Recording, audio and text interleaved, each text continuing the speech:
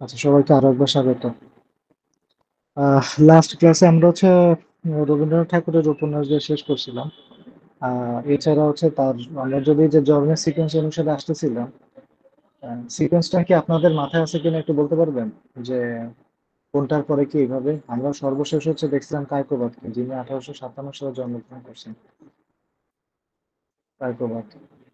তো কায়কোবাদের পরে হচ্ছে সিরিয়ালি আসেন হচ্ছে রবীন্দ্রনাথ ঠাকুর 1861, সেখানে আমরা হচ্ছে আসি। এরপর প্রমথ চৌধুরীও আমরা দেখে ফেলছি, 1868 সালে জন্মগ্রহণ করছেন। এরপর আসে শরৎচন্দ্রটা আমরা পরে দেখবো সিকুয়েন্সিয়ালি। তারপরে হচ্ছে বেগম রোকেয়া সাখাওয়াত হোসেন আছেন, এরপরে আপনার নজরুল আছেন, বিভূতি আছে, মানিক আছে, তারাশঙ্কর আছে। কিন্তু আমরা একটু গ্যাপ দিয়ে কিছু কবি সাহিত্যিক দেখে আসবো। জসীমউদ্দিন এর পরে জন্মগ্রহণ করছেন 1903 সালে সম্ভবত, আর জীবনানন্দ দাশ মানে 1899। আমরা একটু নিচের দিকে মানে আজকের আলোচনা গতকাল যেরকম বেশি ছিল উপন্যাস ভিত্তিক, আজকের বেশিটা হবে হচ্ছে কবিতা কেন্দ্রিক ভিত্তিক। উপন্যাসের আলোচনা আমরা মোটামুটি করে ফেলছি। আচ্ছা, আমাকে একটু কেউ এখানে বলতে পারবেন যে এর মধ্যে কেউ মানে রবীন্দ্রনাথ বাদে আর কি, জসীমউদ্দিন, জীবনানন্দ দাশ এর মধ্যে কি উপন্যাস লিখছে কিনা, লিখছে কি ধরনের উপন্যাস লিখছে, নাম কি?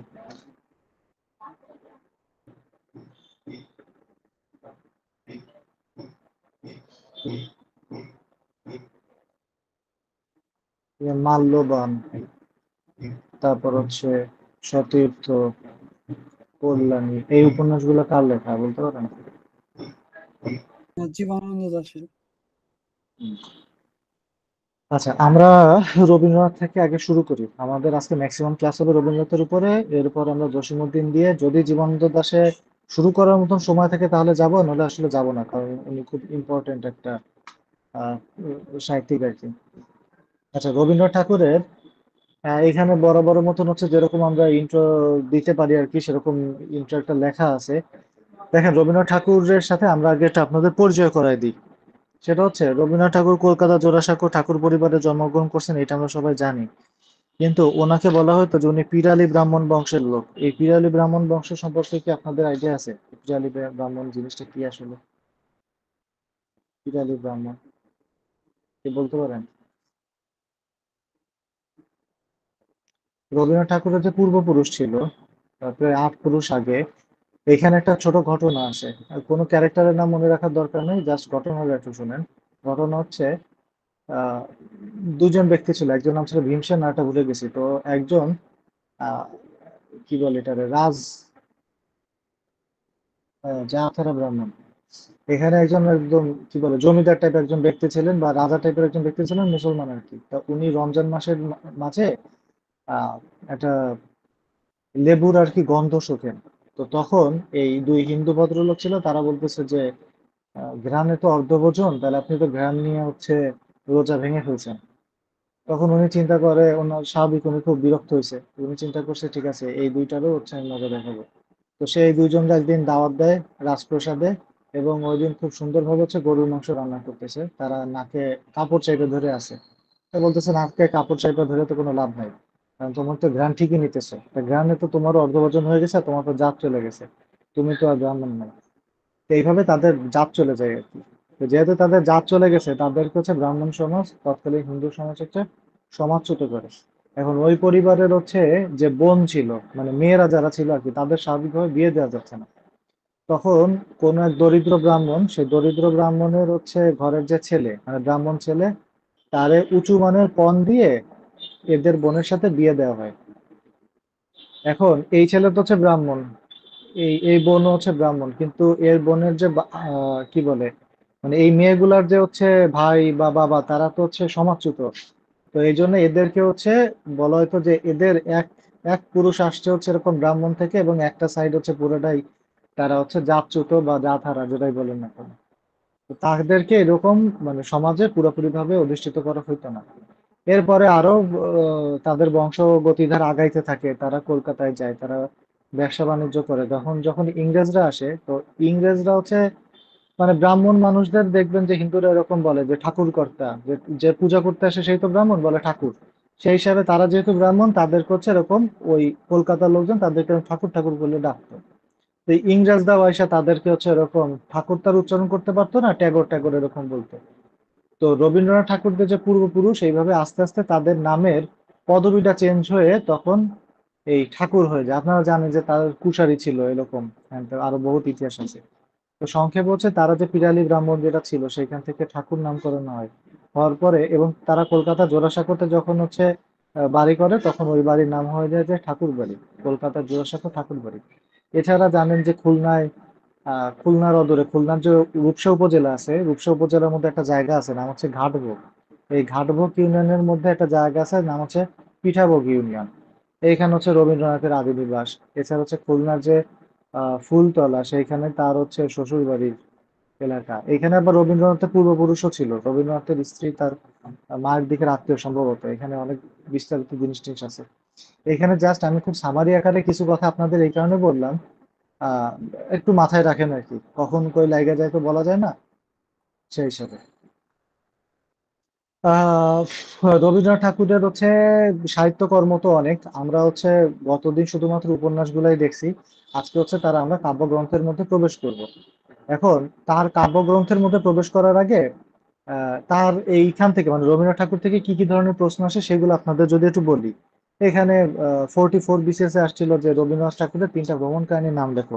একদম খুবই বেসিক কোশ্চেন, মানে নর্মাল প্রশ্ন আর কি। কিন্তু 43-তে একটা প্রশ্ন আসছিল যে জোড়াসাঁকো ঠাকুর পরিবারের লেখকদের সম্পর্কে সংক্ষিপ্ত ধারণা দিন।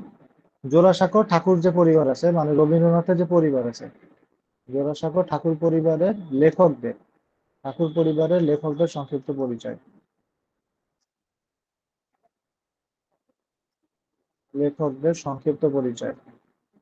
এখন এইটা দ্বারা কি বোঝা যায় বলেন তো, যে রবীন্দ্রনাথ ঠাকুর থেকে প্রশ্ন হইতেছে ঠিকই, কিন্তু সরাসরি রবীন্দ্রনাথ ঠাকুরের না দিয়ে তার ফ্যামিলি থেকে প্রশ্ন হইতেছে। আবার লাস্ট 45 BCS বা কোনো একটা পিলিতে সম্ভবত স্বর্ণকুমারী দেবী বা ওনার কোনো একজন বোনকে নিয়ে প্রশ্ন হয়েছিল যে তার বাবার নাম কি, এইভাবে দেয়া। তার মানে ওনার রবীন্দ্রনাথ ঠাকুরের যে পরিবার, এই পরিবারটা আমাদের খুব ভালোভাবে আয়ত্তে আনাটা খুব ইম্পর্টেন্ট, খুবই ইম্পর্টেন্ট। এটা একজন মানে সব সব সময়ের জন্যই আর কি ইম্পর্টেন্ট, রবীন্দ্রনাথ ঠাকুরের যে ফ্যামিলি আছে। তো আমরা যদি আমরা তো হচ্ছে আসি কোথায়, রবীন্দ্রনাথ ঠাকুরে আছি। রবীন্দ্রনাথ ঠাকুরের বাবা মার নাম কি বলেন তো একটু। দেবেন্দ্রনাথ ঠাকুর আর একটা মহর্ষি দেবী, না না সরি, হুম, দেবেন্দ্রনাথ মহর্ষি ঠাকুর দেবী, ঠিক বলছেন।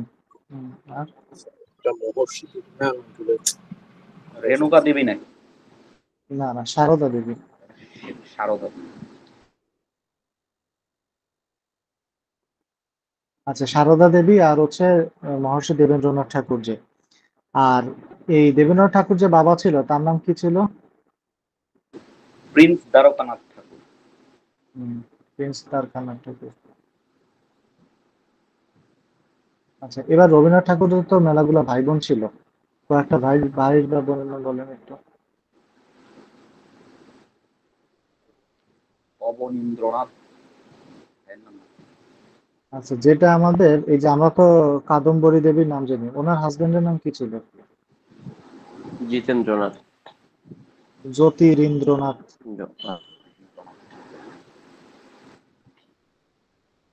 জ্যোতিরিন্দ্রনাথ ঠাকুর। আহ, আচ্ছা, তারপরে আরো আছে হচ্ছে দ্বিজেন্দ্রনাথ ঠাকুর ছিল, বোন ছিল একটা যেটা আমাদের ইম্পর্টেন্ট লাগবে। বোন। স্বর্ণকুমারী দেবী। তারপরে আর একটা ভাই ছিল হচ্ছে দ্বিজেন্দ্রনাথ। অনেকগুলা ভাই বোন, 14টা নাকি 14 জন সম্ভবত, অনেকগুলা ভাই বোন। তো আমাদের হচ্ছে তাদের মোটামুটি তার বাপ মার নাম আর তার যে দাদা ঠাকুর দাদা, এই ঠাকুর দাদার নাম হচ্ছে এই 3টা তো মনে রাখা লাগবে, আর 2-1টা ভাই বোনের নাম জানা লাগবে। জানলাম আমরা সেটা। এরপরে পরবর্তীত হয়েছে তাদের যে ঠাকুর পরিবারের যে আসলে কবি সাহিত্যিক হিসাবে যে আহ কি বলে আহ লেখক হিসাবে পরিচিতি, সেটা আমরা যাওয়ার আগে একটু অন্যভাবে চিন্তা করি। দেখেন ওই সময় হচ্ছে আমাদের বাংলা ভাষার হচ্ছে প্রচলন চলতেছে, তখন আপনি বিভিন্ন লেখা লেখা প্রকাশের মাধ্যম কি ছিল বলেন তো। যে আমি হচ্ছে ভালো একটা কবি, তাহলে আমার লেখাটা প্রকাশ করতে হবে, তা সেই লেখা প্রকাশের মাধ্যম কি? পত্রিকাগুলো। পত্রিকাগুলা।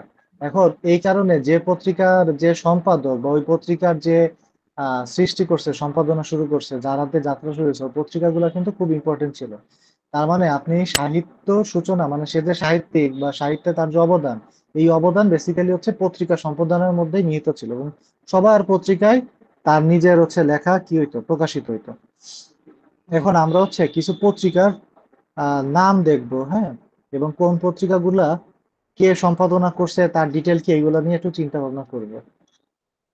রবীন্দ্রনাথ ঠাকুর সবগুলোর সাথেই মোটামুটি রবীন্দ্রনাথ বা তার হচ্ছে পরিবার হচ্ছে আহ ইয়া ছিল, কি বলে, সংযুক্ত ছিল আর কি। ধরেন সাধনা পত্রিকাটা, এই সাধনা পত্রিকার সম্পাদনার নাম কি বলেন তো, সম্পাদকের নাম, মানে কার হাত ধরে শুরু হয়?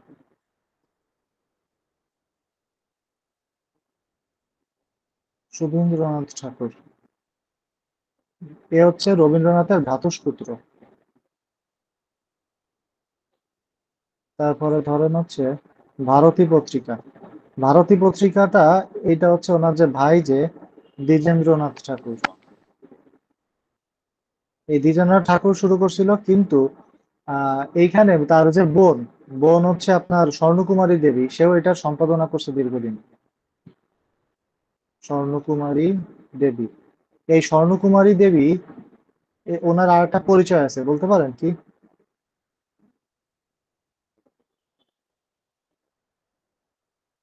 প্রথম সাহিত্য লেখছে যে ওটা প্রথম মহিলা ঔপন্যাসিক। উপন্যাসিক।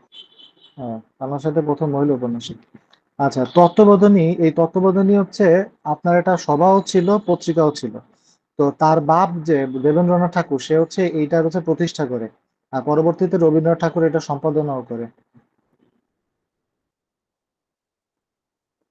দেবেন্দ্রনাথ ঠাকুর। এখন আমরা এইগুলা পরীক্ষার সময় খালি মনে রাখবো কি হবে, যে রবীন্দ্রনাথ ঠাকুরের সাথে কোন কোনগুলো সংযুক্ত ছিল এবং তার পরিবারের কে এই পত্রিকার সাথে যুক্ত ছিল। সরাসরি সম্পাদকের নাম এখানে বলা রিক্সে যাবেন না, হ্যাঁ, কারণ এখানে একাধিক সম্পাদক বিভিন্ন সময় বিভিন্ন জন সম্পাদনা করছে। যখন বলবো যে তত্ত্ববোধিনী পত্রিকা বা ভারতী পত্রিকা দ্বিজেন্দ্র ঠাকুরের সম্পাদনায়, তখন আসলে বলা উচিত যে কোন টাইম পিরিয়ডে তিনি সম্পাদনা করছেন। স্বর্ণকুমারী কোন টাইম পিরিয়ডে করছে, রবীন্দ্রনাথ কে সম্পাদনা করছে। তাহলে বলতে হবে কি, ভারতীয় পত্রিকার সাথে সম্পাদনার সাথে অনেকে জড়িত ছিল। যেরকম ভারতীয় পত্রিকার সম্পাদনার সাথে তার ভাই দ্বিজেন্দ্রনাথ ঠাকুর জড়িত ছিল। তারপরে তার ভ্রাতুষ্পুত্র সুধীন্দ্রনাথ ঠাকুর হচ্ছে সাধনা পত্রিকার সাথে সংযুক্ত ছিল। বোন স্বর্ণকুমারী দেবীও ভারতের পত্রিকার সাথে সংযুক্ত ছিল। বাবা রবীন্দ্রনাথ ঠাকুর হচ্ছে তত্ত্ববোধিনীর সাথে সংযুক্ত ছিল। এছাড়া আরো দুইটা পত্রিকা আছে, যে দুইটা বিভিন্ন সময় হচ্ছে রবীন্দ্রনাথ ঠাকুর সম্পাদনার সাথে যুক্ত ছিল। একটা হচ্ছে ভান্ডার, আর একটা কি বাদ গেছে, বঙ্গদর্শন। বঙ্গদর্শন। এই পাঁচটার প্রত্যেকটার সাথেই হচ্ছে রবীন্দ্রনাথ ঠাকুর হচ্ছে বিভিন্ন সময় সম্পাদনায় যুক্ত ছিল। বিভিন্ন সময় হচ্ছে সম্পাদনায় যুক্ত ছিল।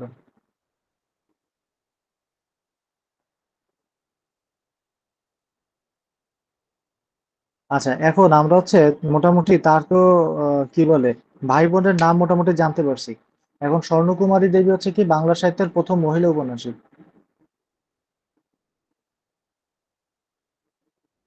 বাংলা সাহিত্যের প্রথম মহিলা উপন্যাসিক, তার দু একটা হচ্ছে উপন্যাসের নাম এখানে হচ্ছে আমরা অ্যাড করে দিতে পারি। বা সে যে বাংলা বাংলা সাহিত্যের মহিলা উপন্যাসিক, এটা বললেও চলবে।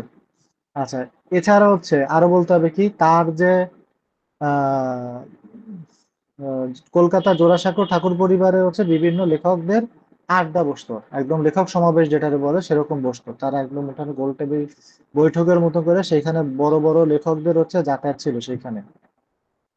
এর মধ্যে কে কে আছে উল্লেখযোগ্য দু একজনের নাম বলতে পারবেন?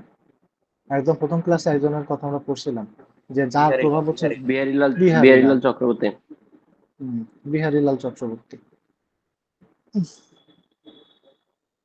প্রমোদ চৌধুরীর সাথে হচ্ছে তার বড় ভাইয়ের হচ্ছে ইয়ে ছিল, ওই যে ইন্দিরা দেবী তো হচ্ছে ওনার ভ্রাতুষ্পুত্রী আর কি, বোনের, সরি ভাইয়ের মেয়ে। তো ইন্দিরা দেবীর বাবার সাথে হচ্ছে প্রমোদ চৌধুরীদের পরিবারের একটা ভালো সখ্যতা ছিল, তার মানে প্রমোদ চৌধুরীর এখানে যাতায়াত ছিল। তবে এখানে মেইনলি হচ্ছে কবি সাহিত্যিকরাই বেশি আসতেন, কবিরাই বেশি আসতেন, নিজেরা কবিতা পাঠ করতেন। কাদম্বরী দেবীর বিহারীলাল নিয়ে। হুম, বলেন। রবীন্দ্রনাথের বেয়াই না, মানে হচ্ছে রবীন্দ্রনাথের মেয়ের না না, জামাই মেয়ের জামাই শ্বশুর। না, রবীন্দ্রনাথের। মেয়ের রবীন্দ্রনাথের। শ্বশুর হচ্ছে। ও আচ্ছা আচ্ছা, সরি সরি, বিহারীলালের কথা বলতেছেন, মাথায় প্রমোদ চৌধুরী জি, করতেছে।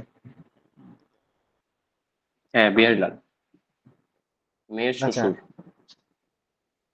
রবীন্দ্রনাথের তো আবার সন্তান নিয়ে অনেক ঝামেলা আছে, জামাই নিয়ে অনেক ঝামেলা আছে, জামাই ভাগ্য খুব খারাপ ছিল, জামাইগুলা ওই ভালো মেয়ে ছিল না। সবচেয়ে বেশি কষ্ট করছে।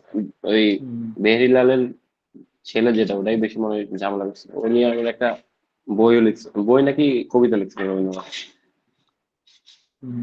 মোটামুটি ওর যে দুই তিনটা জামাই ছিল কোনটাই ভালো ছিল না, মরতে দেখছে এগুলো। যাই হোক, আচ্ছা আমরা হচ্ছে এবার তার কাব্যগ্রন্থের মধ্যে ঢুকি। ধরেন রবীন্দ্রনাথের কাব্যগ্রন্থ থেকে হচ্ছে এইখানে ভাই এত বিস্তৃত আর এত কথাবার্তা বলার সুযোগ আছে যে এখানে সারা রাত ধরে কথা বললে শেষ হবে না। সুতরাং আমরা একটু পর পর আমাদের রিটেনের চিন্তায় ফিরে আসবো।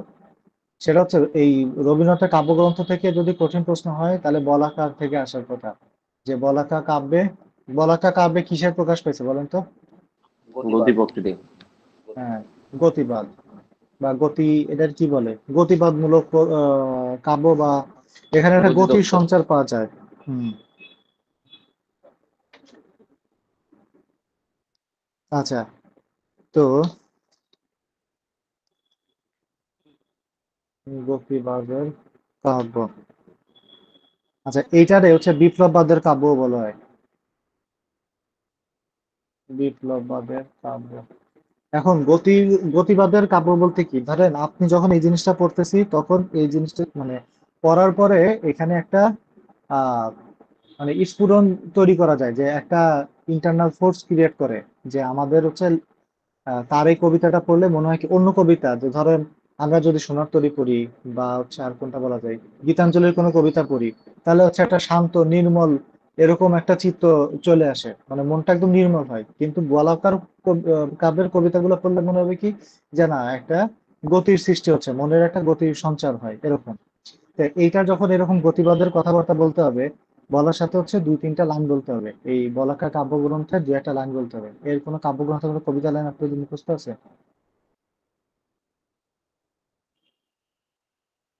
মনে হয় দাদা। একটা পারেন আপনারা, গান শুনছেন, এই যে নয়ন সম্মুখে তুমি নাই, নয়নেরও মাঝখানে নিয়েছো যে ঠাই, আজই তাই শ্যামল শ্যামল তুমি নীলিমায় নীল, এই গান শুনছেন না? নয়ন সম্মুখে না তুমি নাই, ভাই, শুনি শোনেন নাই। নাই? আর মনে এগুলা হলো কি, ওই যে কি, এই মনে হলো যেন বিদেশ ঘুরে, এটা কি মানে বলাকার না- না? উম, না না না, ওটা মোল্লাকার না। ওটা যে কোনটা আমি শিওর না ভাই, কোন কোন কাব্যের ভিতরে যে কি আছে।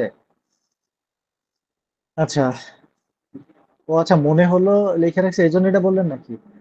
হ্যাঁ হ্যাঁ হ্যাঁ হ্যাঁ হ্যাঁ দাদা, এই জন্য। না না, মনে হলো এ পাখার বাণী দিল আমি, শুধু পলকে তবে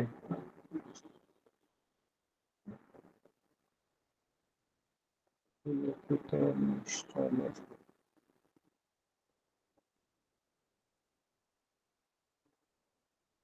অন্তরে অন্তরে দৈবের আলোক। এটা আমি এই কারণে পড়ছিলাম যে এটা যেহেতু গতিবাদের কথা, তাহলে গতি বেগ এই ধরনের কথাবার্তা যেখানে আছে সেটা লিখবো, সেই কারণে হচ্ছে এটা আমি বুঝতে করতাম। মনে হলো এ পাখার বাণী দিল আনি, শুধু পলকের তরে পুলকিত নিশ্চলে, অন্তরে অন্তরে বেগের আবেগ, বলাটা। ঠিক আছে, এইটা হচ্ছে মনে রাখতে পারেন। আর এটা যদি মনে না থাকে, এটা আসলে ঠাস করে মুখস্থ করা কঠিন, তাহলে হচ্ছে ওই এই গানটা শুনে নিবেন, এই যে নয়ন সম্মুখে তুমি নাই, নয়নের মাঝখানে দিয়েছি বেঠাই। আমরা বলা নিয়ে কথাবার্তা বলতেছি।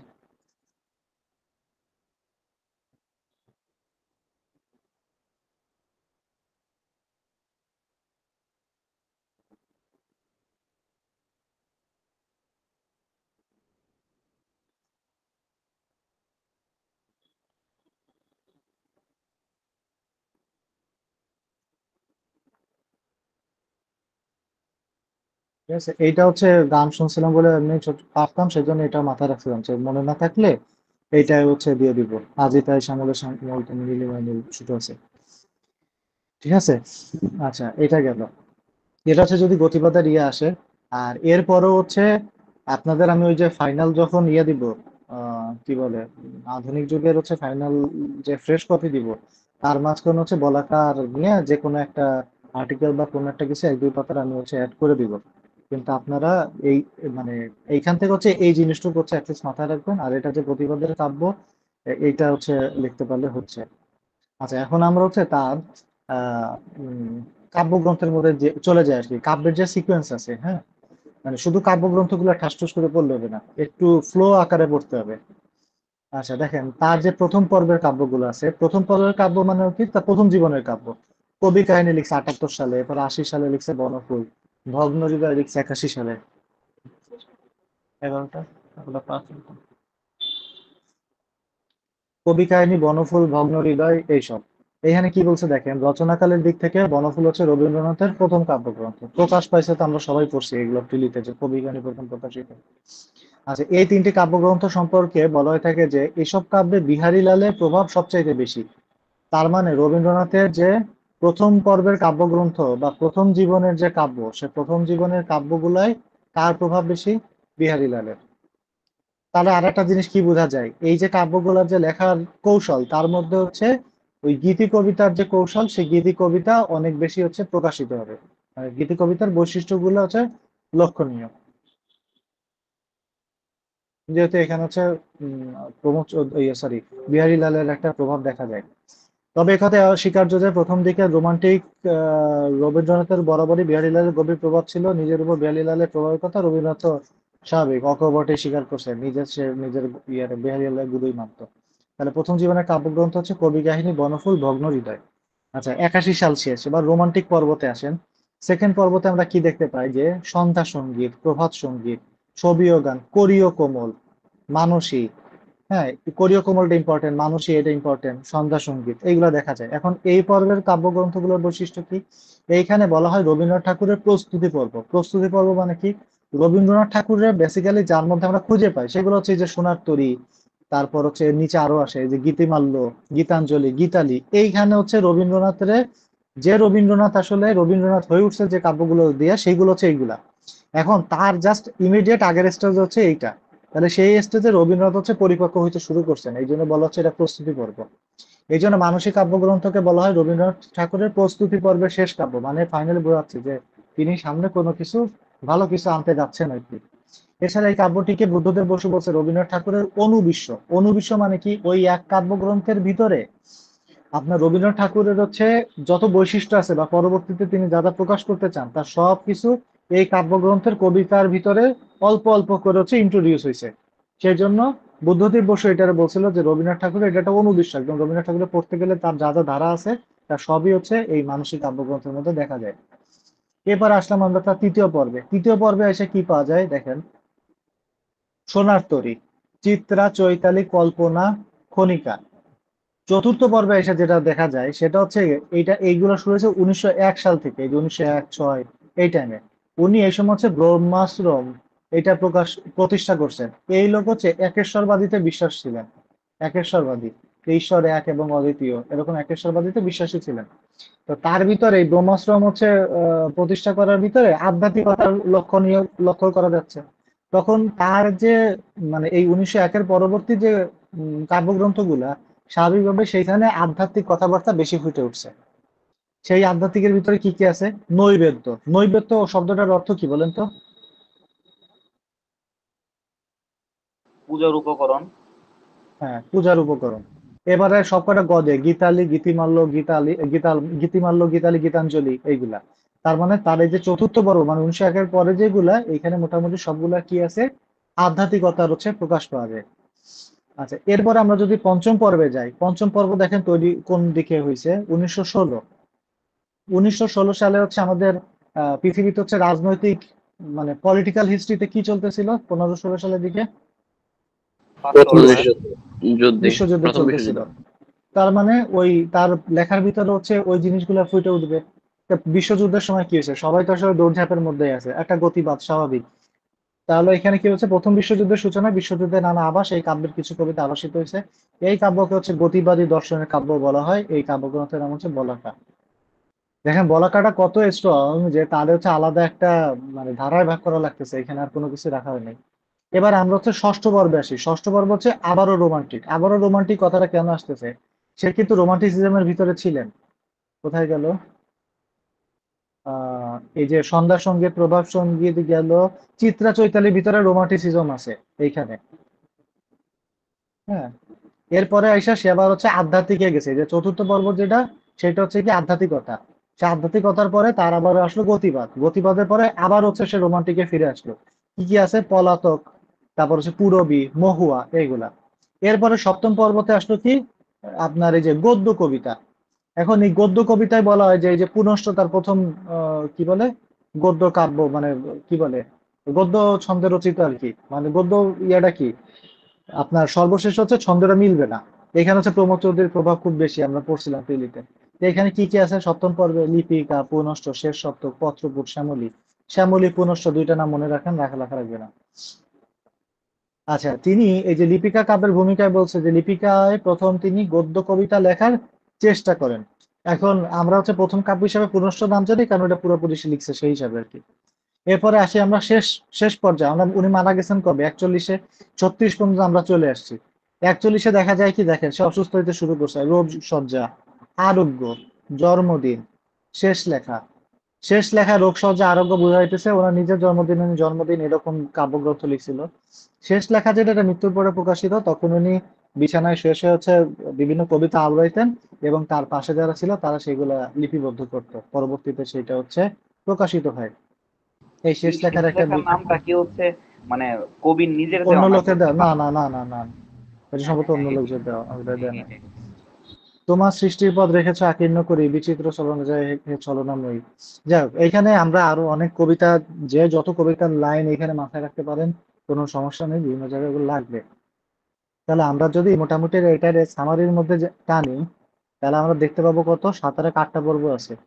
তা 8টা পর্বর একদম প্রথমে হচ্ছে যেটা, উম, একদম ফার্স্টে হচ্ছে তার প্রথম জীবনের যে কাব্যগুলো, সেখানে হচ্ছে বিহারীলালের প্রভাব দেখা যায়। পরে হচ্ছে রোমান্টিক হইলো, রোমান্টিকের যে স্টেজ সেটারে বলা হইতেছে যে সে নিজেকে প্রস্তুত করতেছে।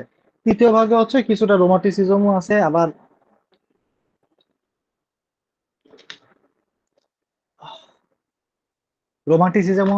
আস্তে আস্তে তিনি হচ্ছে আধ্যাত্মিকের দিকে ফিরে যাচ্ছেন, চলে যাইতেছেন। চতুর্থ পর্বতে গেলে সরাসরি একেবারে আধ্যাত্মিক কথাবার্তা এসে চলে গেছে। এর মাঝখানে কি কি আছে, গীতালি, গীতিমাল্য, গীতাঞ্জলি, এই যে কাব্যগ্রন্থের যে কবিতাগুলো, এগুলো পড়লে আপনারা দেখবেন কি, মাঝে মাঝে মনে হবে যে এটা হয়তো তার যার সাথে প্রণয় তার প্রতি লেখা হয়েছে, আবার কিছুদূর পরে পরে মনে হবে কি যে এটা ঈশ্বরকে উদ্দেশ্য করে বলা হয়েছে। এইগুলো আসলে পুরোপুরি ঈশ্বরকে উদ্দেশ্য করে লেখা, যে গীতিমাল্য, গীতাঞ্জলি, এইসব। আচ্ছা, তারপরে আমরা যাইতে ভাই, এরপরে বলেন। উম, ব্রহ্মাশ্রম কি হলো বর্তমান হচ্ছে বিশ্বভারতী যেটা ওইটা? সম্ভবত ওই যে শান্তিনিকেতনের ওইটাই মনে হয়। শান্তিনিকেতন, হ্যাঁ। হুম। আচ্ছা। আচ্ছা, আর এরপর হচ্ছে, আধ্যাত্মিকতার এই ব্যাপারটা কি ভাই, ওই রামমোহন রায়ের ব্রাহ্ম ধর্ম যেটা ওইটা থেকে ব্রহ্মাশ্রম, ওই আধ্যাত্মিকতা ওইটা হ্যাঁ নাকি হ্যাঁ নাকি? হ্যাঁ হ্যাঁ, ব্রাহ্ম ধর্মের ব্যাপারটা হচ্ছে কি, মানে ব্রহ্মা হচ্ছে হিন্দু ধর্মের মানে সৃষ্টি করছে, যে পালন কর্তা হচ্ছে বিষ্ণু। তো যে হচ্ছে সৃষ্টি করছে, তাহলে সেই তো হচ্ছে প্রকৃত ঈশ্বর, সেই হিসাবে একেশ্বরবাদ হিসেবে ব্রহ্মারে মানায়। সেইখান থেকে আবার আছে ব্রহ্মাশ্রম, ব্রহ্ম ধর্ম, এরকম।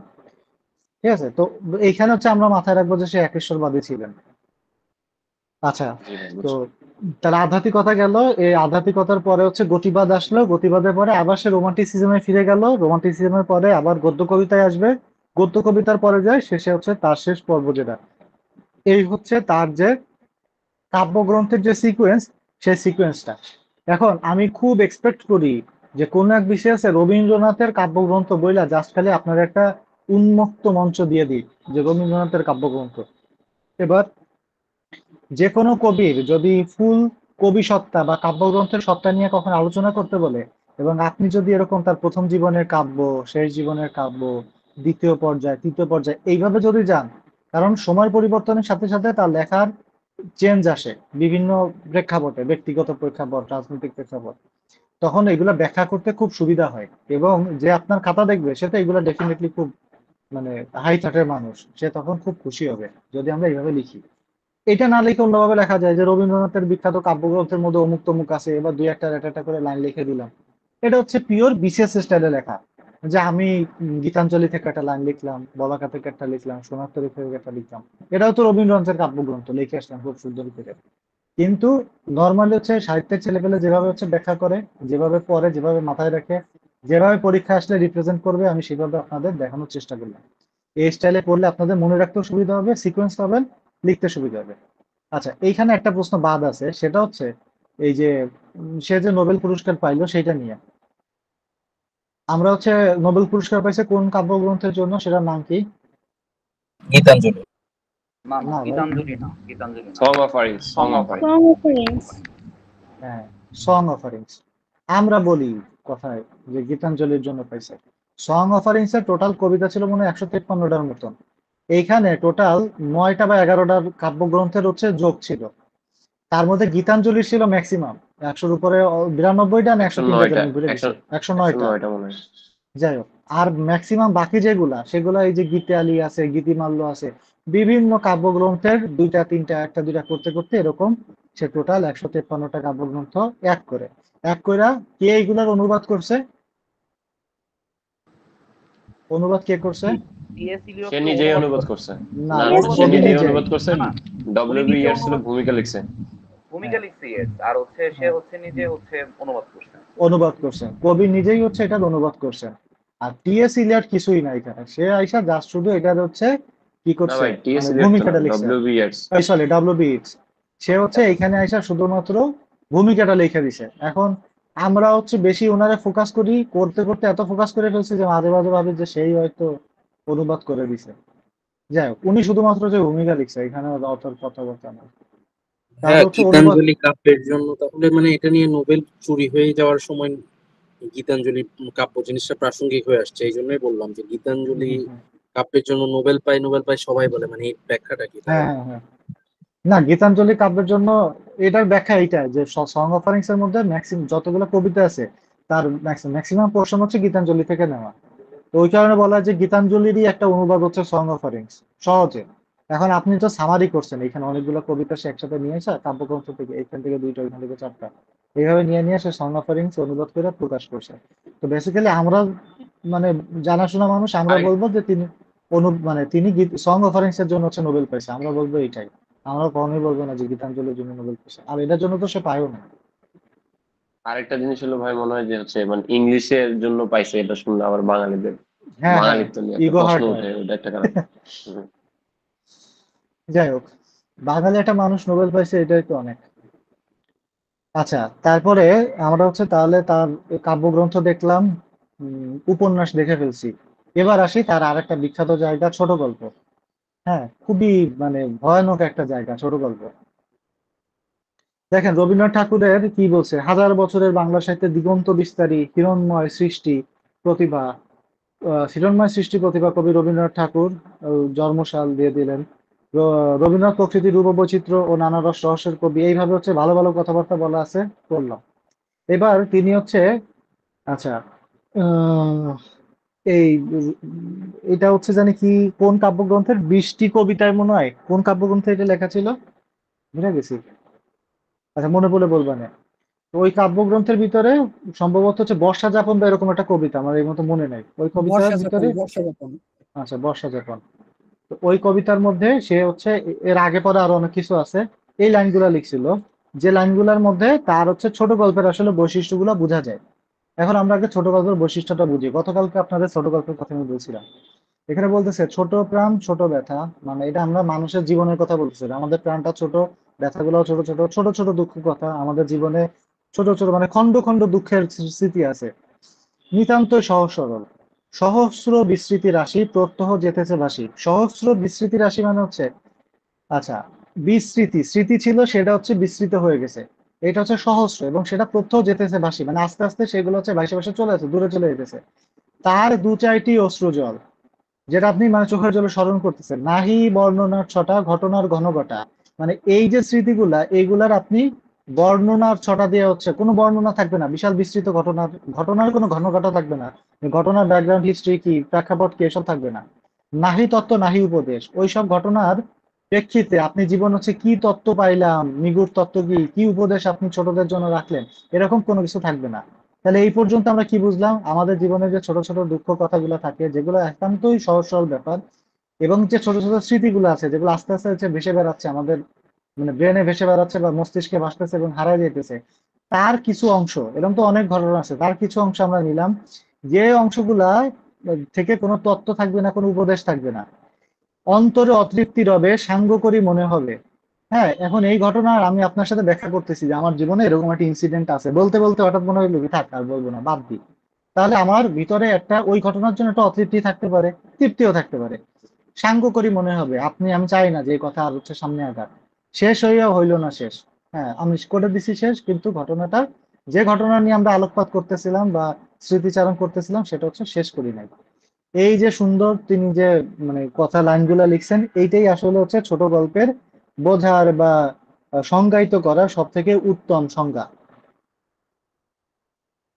এটা কি এটা মোটামুটি আসলে হচ্ছে কতটুকু লিখতে পারবো, মানে কতটুকু লিখবো?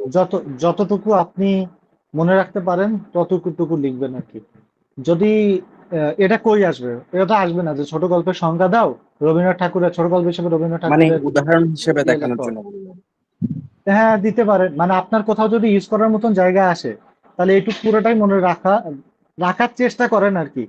মনে রাখতে রাখতে পারলে 2 লাইন মনে রাখেন: ছোট প্রাণ, ছোট কথা, ছোট ছোট দুঃখ কথা, নিতান্ত সহজ সরল, ডট ডট ডট ডট, অন্তরে অতৃপ্তি হবে, সাঙ্গ করেই মনে হবে, শেষ হয়ে হইল না শেষ, এই শেষ। এইটুকু আমরা সবাই জানি, প্রথম 2 লাইন রাখলাম এইভাবে। ঠিক আছে।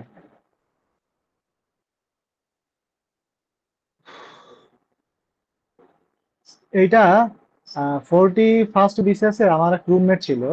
সে হচ্ছে, তার প্রিপারেশনের অবস্থা খুব খারাপ ছিল। সে যখন আমার মেসে ওঠে তখন পরীক্ষার 1 মাস বাকি, ও আর আমি একই দিনে উঠছিলাম, রুয়েটের এক ছোট ভাই। তো সে হচ্ছে তখন 1 মাস আগে উঠে সে সায়েন্স আর কিনা বিজ্ঞান পড়া শুরু করছে, সে টোটালি বিজ্ঞান পড়ে নাই। তারপরে ম্যাথটাতে তার প্রচুর সমস্যা, মানে এই ম্যাথ বুঝতেছে না, মানে সবই তো অগোছালো তার।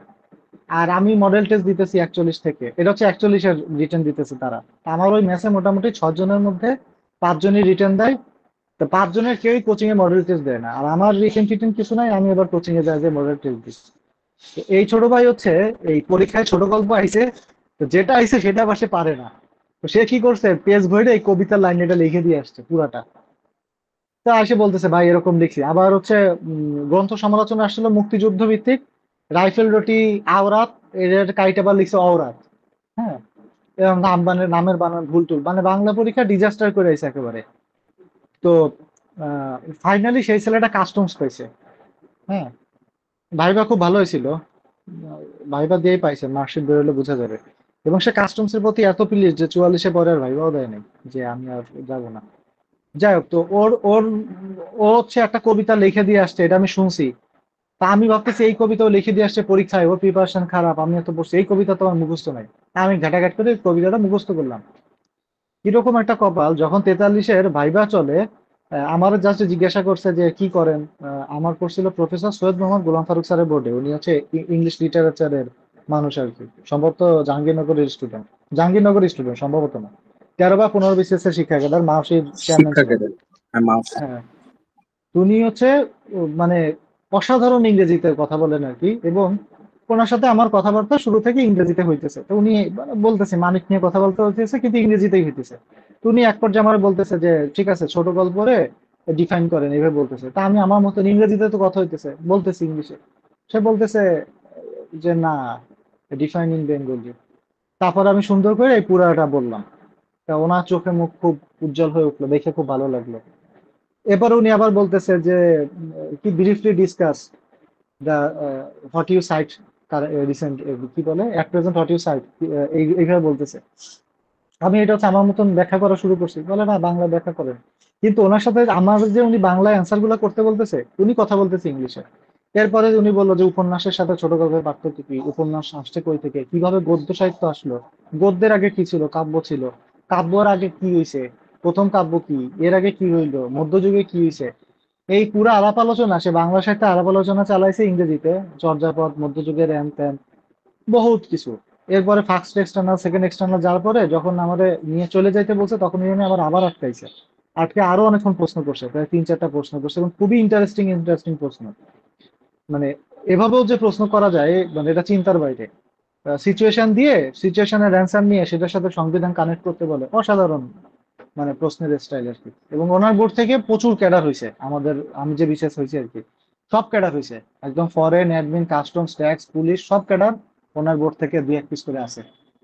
তো এই কবিতা আমি ওর জন্য বললাম যে ওই ছেলে পরীক্ষা দিছে, আমি ভাবলাম মাই হাই ও এটা পারে, আমি তো জাস্ট খালি 2 লাইন জানি, অন্তরে অতৃপ্তি হবে, সাঙ্গ করি মনে হবে, শেষ হয়ে হইলো না শেষ, আমি পারি এই 2 লাইন। আমি পুরোটা পড়লাম, দেখেন যায় ভাইবার কাজে লাগছে। তো এইটা হচ্ছে, এটা তো আপনাদের একদম রিয়েল এক্সপিরিয়েন্সের কথা বললাম। আরো আস্তে আস্তে পড়ার মাঝখানে মাঝখানে শুনতে পারবেন, জীবনানন্দ আসলে বলবেন। তো এটা দাদা কোনটা কই, এমনিতেই কি কি সরি, বলেন বলেন এমনি। মানে এমনিতেই কি কি কবিতা শিখেছেন বা কোন কবিকে বেশি এমনি প্রিফারেবল রিটেনের রিটেনের করেছেন? কবিতা আমি পারি না। প্রথম কথা হচ্ছে আমি কবিতা পারি না। আমার যদি একটা কবিতা বলতে বলে, বা যদি কবির দিকে আমি যাইতাম, তাহলে আমি জীবনানন্দের দিক যাইতাম। যে আমি জীবনানন্দ নিয়ে অনেক অনেক ঘন্টা আলাপ আলোচনা করছি, কিন্তু তারপর আমি জীবনানন্দের প্রশ্ন ফেস করে বেরোয় আসার মতন আমার ক্যাপাবিলিটি নাই। আবার আমি হচ্ছে উপন্যাস সম্পর্কে আমার অত ইয়া নাই, ওই কারণে আমি কি করছিলাম, ছোট গল্পের দিক টার্গেট করছিলাম, যে আমি সব প্রচুর ছোট গল্প দেখে ফেলবো।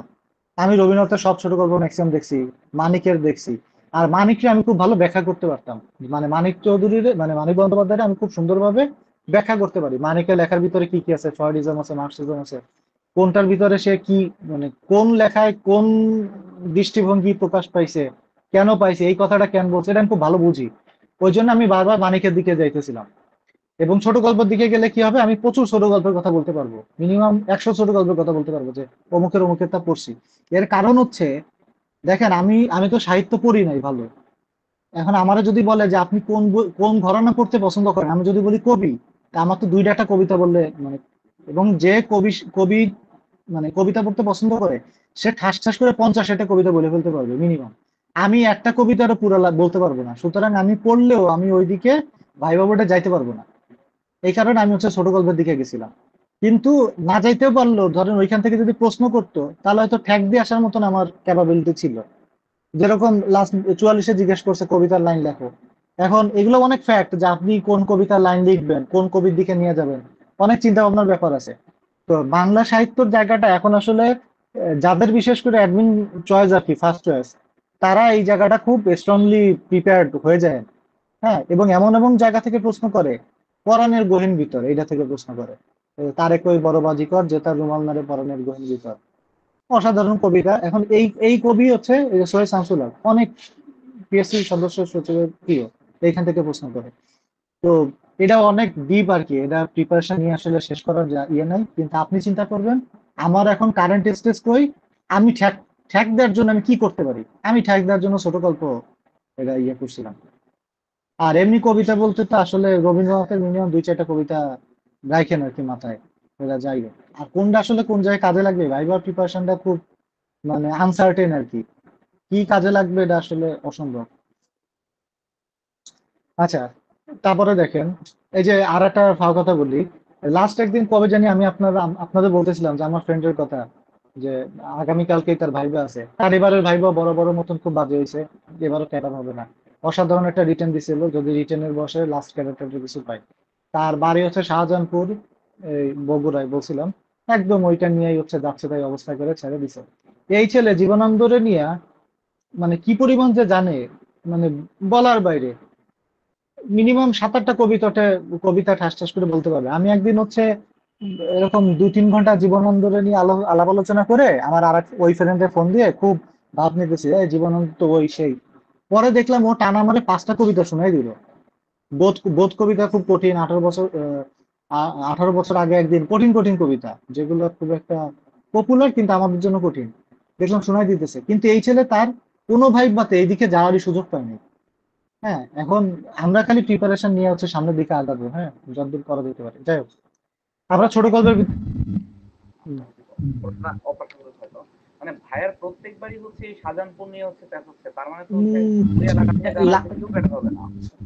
লাস্ট লাস্ট বার বাদে 43 বার আর প্রত্যেকবারই পেঁচাইছে, খালি 43-এ পেঁচাই না। এবং শাহজাহানপুর ভাই মানে ওই শাহজাহানপুরে কি আছে ভাই? এটা হচ্ছে হাজির এলাকা, খালেদা জিয়ার জন্মস্থান নাকি? না না না, হাজির এলাকা, আল্লামা সাইদির বাড়ি। ও ও আচ্ছা, আরে কপাল।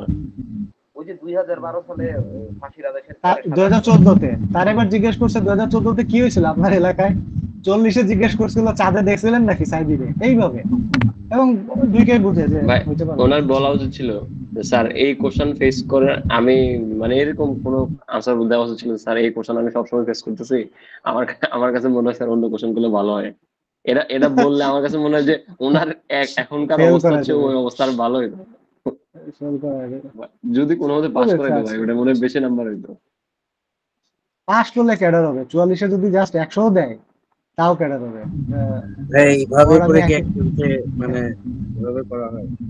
দাদা আমি তো তাহলে কুমিল্লার মুস্তাককে নিয়ে কি কিছু জিজ্ঞেস করবে? খন্দকার মুস্তাককে নিয়ে।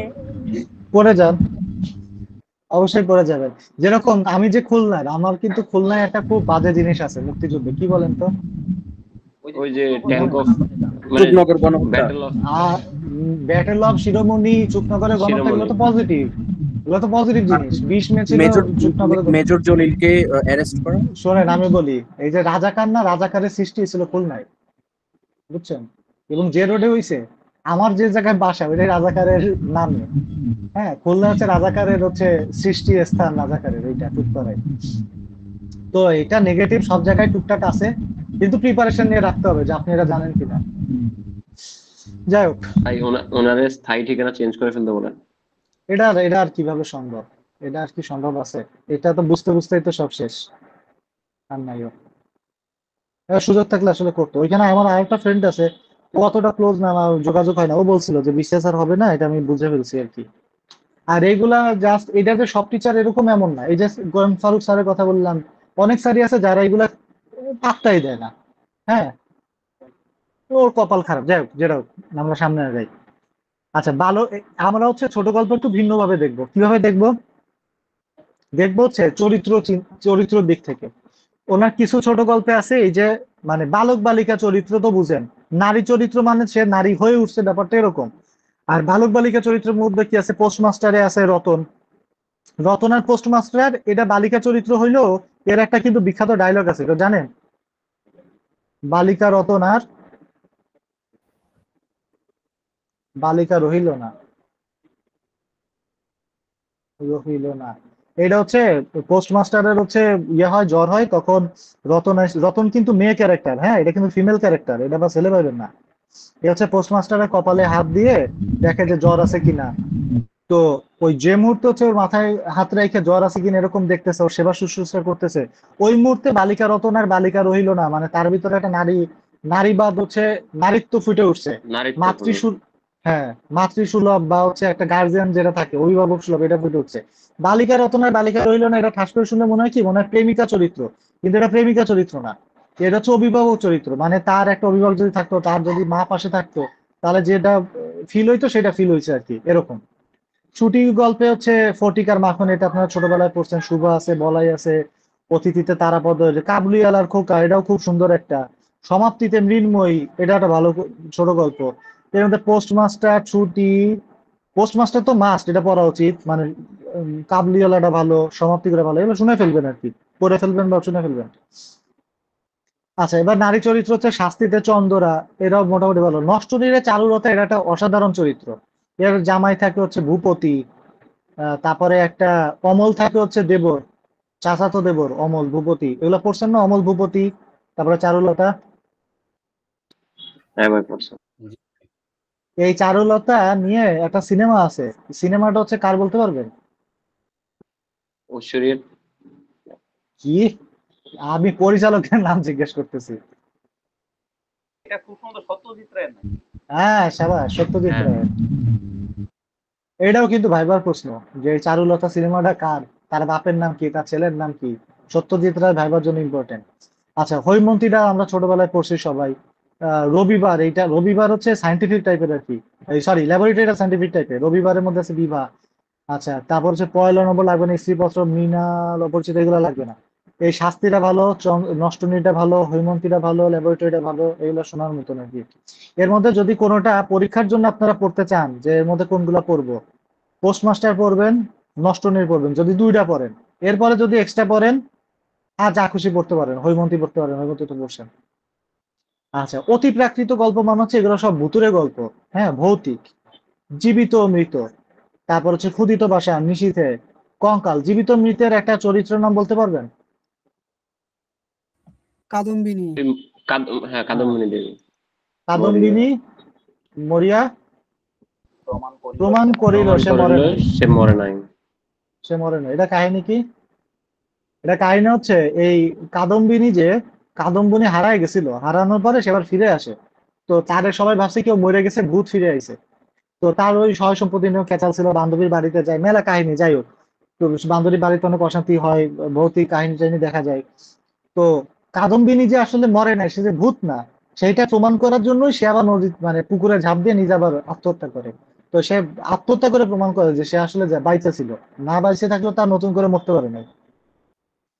ঠিক আছে, এই হচ্ছে। আবার আসতে পারে এইভাবে যে তার ছোট গল্পে কিছু নারী চরিত্রের কথা বলেন, তখন রতনের কথা বলবেন, চারুলতার কথা বলবেন। চারুলতার স্বামী হচ্ছে ভূপতি, তার দেবর হচ্ছে অমল। অমল আর চারুলতা এই দুজনের যে চরিত্র, এই ছোট গল্প শুনেন বা নষ্ট নেই সিনেমা দেখেন, দেখলেই বুঝবেন যে এর মধ্যে রবীন্দ্রনাথ আর হচ্ছে তার ওই কাদম্বরী দেবীর হচ্ছে যে সম্পর্ক, সেটা ফুটে উঠছে কিছুটা, বোঝাই যায়। এটা দেখতে পারেন। তারপরে হচ্ছে দুই তিনটা নারী চরিত্র আর কি পড়ে রাখবেন, কাদম্বিনীটা পড়তে পারেন। আচ্ছা, এখানে হচ্ছে প্রত্যেকটা ছোট গল্প সম্পর্কে দুই এক লাইন করে ছোট্ট একটা নোট দেওয়া আছে, এটা হচ্ছে রিডিং করে নিবেন। অনেক বড়। ঠিক আছে, আর এমনিতে হচ্ছে ছোট গল্প থেকে আলাদা করে এরকম আসার কিছু নাই। যেভাবে হচ্ছে আহ ইয়ে করে দিলাম, আপনাদের মাথায় যেটুকু থাকবে ওটুকু লিখতে পারবেন। ছোট গল্প কি, বাংলা সাহিত্যের ছোট গল্প রচনায় রবীন্দ্রনাথ ঠাকুরের ভূমিকা কি, এরকম। আচ্ছা, এবার রবীন্দ্রনাথ ঠাকুরের কিছু নাটক আছে, নাটকের গুলা নাটকগুলো আবার পরীক্ষায় কি বসে? রূপক সংকেতিক নাটকে রবীন্দ্রনাথের তিনটি রূপক সংকেতিক নাটকের নাম লেখো, এইভাবে পরীক্ষায় আসে। তারপরে আসে রবীন্দ্রনাথ ঠাকুরের তিনটি কাব্যগ্রন্থের নাম লেখো, এর মধ্যে এইটাই বেশি আছে পরীক্ষায়। গীতিনাট্যের নাম লেখো, পরীক্ষা আসলে রূপক সাংকেতিকটাই আসার কথা, নৃত্যনাট্যটা আসতে পারে। আর কি আছে, কাব্যনাট্য, গীতিনাট্য, কাব্যনাট্য বড় জোর, এই তিনটা দেখলেই আনাফ আর কি। এর মধ্যে রূপক সাংকেতিক নাটকের মধ্যে ডাকঘর, অচলায়তন, কালের যাত্রা, রক্ত করার দরকার নাই।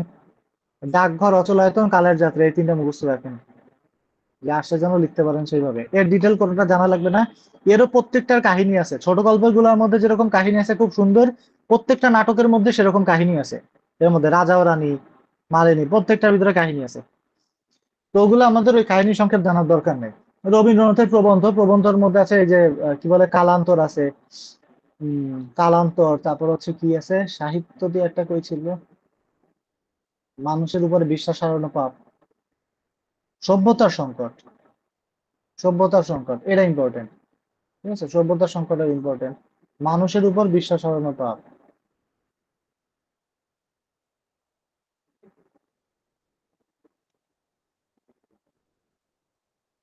আচ্ছা, এছাড়া আছে স্মৃতিমূলক গ্রন্থ আছে, জীবন স্মৃতি, ছেলেবেলা, আত্মপরিচয়, এগুলো পড়বেন এই স্টাইলে যে এখান থেকে তিনটা নাম লিখতে হইতে পারে। ঠিক আছে, সেইভাবে।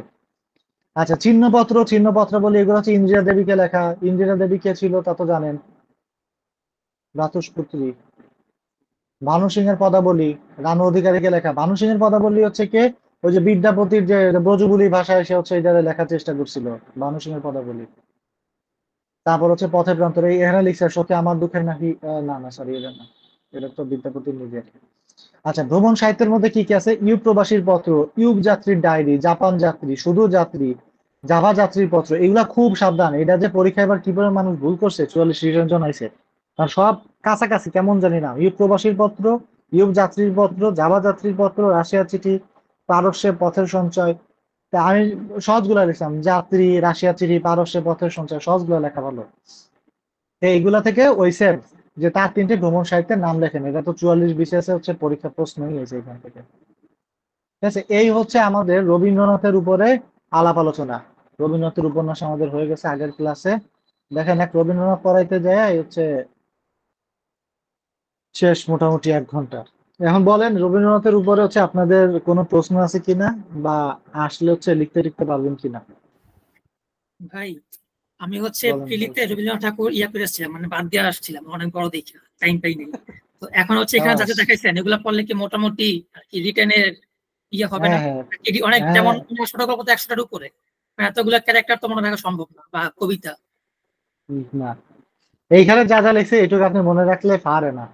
হ্যাঁ, আপনি বাদ দিয়ে আইছেন, যে বাদ দেয় নাই পড়ে আইছে, এইখানে যেটুকু আমি লিখছি এটুকু যদি মাথায় রাখেন, মানে যেখানে দাগাইছি আর কি, এগুলো তো দাগাই নাই, যা দাগাই নাই তা না পড়লেও চলবে। যেখানে যে ক্যারেক্টারের কথা বলছি, যেখানে গল্পের কথা বলছি, এটুকু যদি মাথায় রাখেন, যারা প্রিপারেশন নিয়ে যাবে তাদের চাইতে ভালো লিখে আসতে পারবেন, সমস্যা নাই। আর আসবে ভাই 6 মার্ক, আপনি রিটেনও যদি বাদ দেন রবীন্দ্রনাথে, কি যায় আসে? পড়লাম না রবীন্দ্রনাথ, হয়ে দেখাম যে রবীন্দ্রনাথে ছাড়াই বিশেষ ক্যাডার হয়েছি, আমার 45 দেখো। রিটেনে তো আসে না, বেঁচে গেছি। হ্যাঁ, এটা ভাই বিশেষ ব্যাপারটাই তো এরকম, এত বড় একটা জায়গা যে অনেক কিছু গ্যাপ দিয়েও, এই যে বাংলাদেশ অ্যাফেয়ার্স, আমি জীবনে যে পরিমাণে বাংলাদেশ অ্যাফেয়ার্স পড়ছি, আমার জীবনে মনে হয় কি আমি কোনো বিশেষ আজ পর্যন্ত লিখে আমার শান্তি লাগে না। বাংলাদেশ অ্যাফেয়ার্স কোনো বিশেষই মজা পাইলাম না। যে আর কোচিং এ লিখছি, অনেক কোচিং এ লিখে অনেক মজা পাইছি, নাম কামাইছি। অনেক লোক আমার বাংলাদেশ অ্যাফেয়ার্স এর জন্য চেনে, যে আরে খুলনার এক ছেলে পরীক্ষা দিত, বাংলাদেশ অ্যাফেয়ার্স পরীক্ষা দিলে হাইস্ট পেতে, এরকম। কিন্তু আমার মনে হচ্ছে কি বাংলাদেশ অ্যাফেয়ার্স যদি 8 ঘন্টা বা 400 মার্কের পরীক্ষা হইতো, তাহলে আমি লিখে শান্তি পাইতাম। বাংলাদেশ অ্যাফেয়ার্সে এত কিছু লেখার আছে, কি ঘোড়ার ডিমের প্রশ্ন দেয়, ও লেখা ওরকম মজা লাগে না। 1947 থেকে মুক্তিযুদ্ধের উপরই হওয়া উচিত 100 মার্কের পরীক্ষা। এরপরে ধরেন অর্থনীতির উপর হবে 100 মার্কের, সংবিধানের উপর হবে 100 মার্কের, আর বাকি সব মিলাই হবে 100 মার্কের।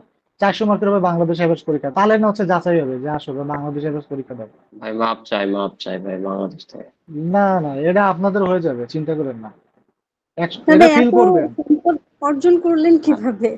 মানে শুধু আমি অলরেডি আপনাদের এটা নিয়ে বলছি, পৌরনীতি সুশাসন, সংবিধানের মূল বই, অর্থনৈতিক সমীক্ষা, আর যে কোনো একটা গাইড বই, এই 4টা জিনিস আমার খালি হচ্ছে ইয়া। আর আমি প্রচুর এই যে মন্ত্রণালয়ে ঘুরছি, এই দেখছি ওই দেখছি, যেরকম প্রধানমন্ত্রী। আর আমি একটা তার একটা হচ্ছে মিক্স আপ করে লিখতাম। যাক, এটা নিয়ে আমরা পরে আরো আলাপ আলোচনা করবো, সমস্যা নেই। আমাদের রবীন্দ্রনাথের উপরে আর কারো কোনো প্রশ্ন আছে কিনা? পরিণতি মূল দা- বই, সংবিধানের মূল বই, আর হচ্ছে এখানে ইয়ের কথাটা বলছেন অর্থনৈতিক সমীক্ষার যে মানে হ্যাঁ হ্যাঁ 2024 হ্যাঁ ওই বইটা, তাই না? হ্যাঁ, অর্থনৈতিক সমীক্ষা একেবারে খায় ফেলবেন। আমি 44-এ, আচ্ছা আগের এই ক্লাসের উপরে কোনো প্রশ্ন আছে? নইলে আমরা বাকি দুইটা পরের ক্লাসে পড়বো, হ্যাঁ। আচ্ছা। এই যে এই দুইটা আমরা বাদ থাকলো, আমরা এখান থেকে শুরু করবো, অথবা হচ্ছে জন্মসাল অনুসারে যাবো। আমাদের হচ্ছে এই পর্যন্ত হইল। আশা করি আপনাদের আর কোনো প্রশ্ন নাই।